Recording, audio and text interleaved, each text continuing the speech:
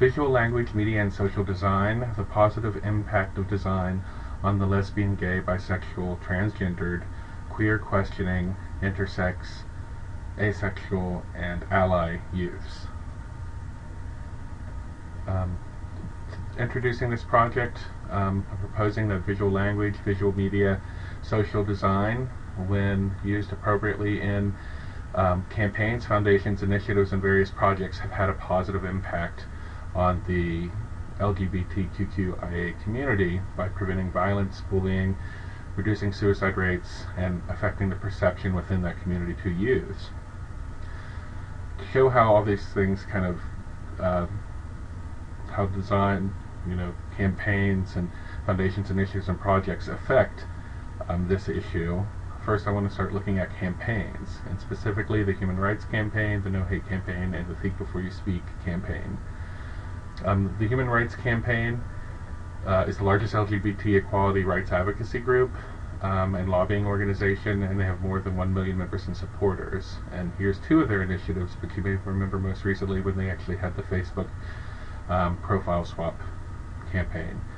Next is the No Hate Campaign, which is a photographic silent protest created in response to Proposition 8 in California, and all the photos are famous people that have duct tape over their mouths and symbolize their voices being silenced by Prop 8, and have the No Hate logo painted on their cheek.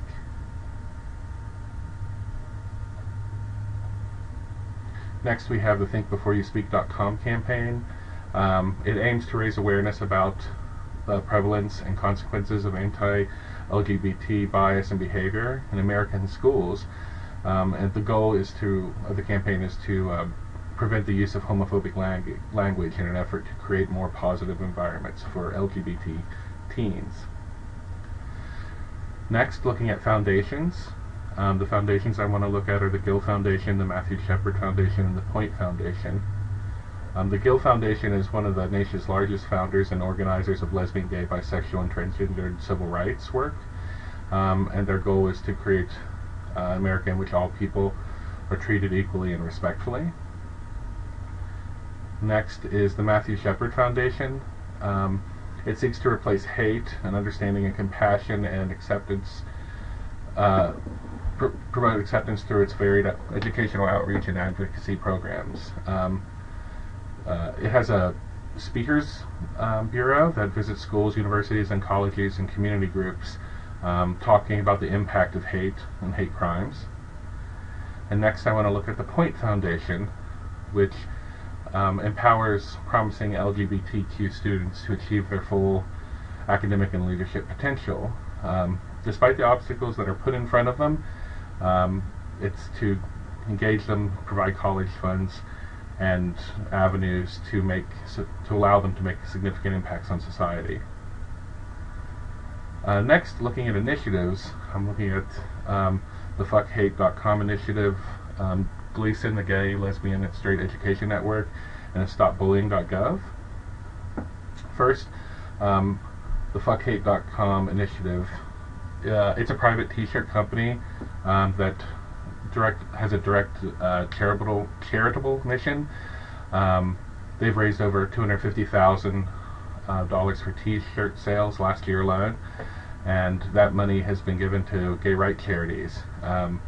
And it's kind of applying savvy marketing and design skills to a good cause. Gleason, the Gay, Lesbian, and Straight Education Network. They're a leading national education organization focused on ensuring safe schools for all students. The organization itself teaches respect and to accept all people regardless of sexual orientation or gender identity and expression. And then StopBullying.gov initiative provides information to multiple government agencies actually on what bullying is, what cyberbullying is, who's at risk, and how it can be prevented, and how bullying should be responded to in public education or different government agencies.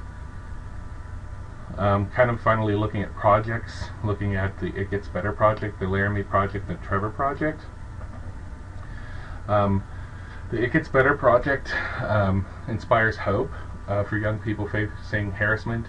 They have many videos where they have famous people, normal people, actors, stating that it gets better by communicating LGBT to LGBT youths, that it gets better, and to inspire the changes that need to be made. They're very popular videos and t-shirts, and companies are now even on board with it. The Laramie Project is it's a play by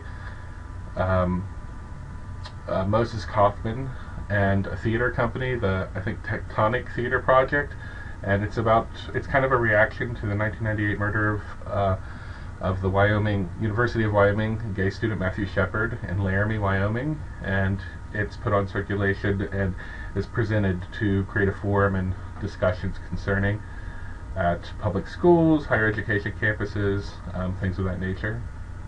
And then the Trevor Project, it's the leading national organization of providing crisis intervention and suicide prevention services to lesbian, gay, bisexual, transgender, and questioning youth. Also, they have celebrity spokespersons, and they have a pretty successful I'm Glad I Failed campaign, which identifies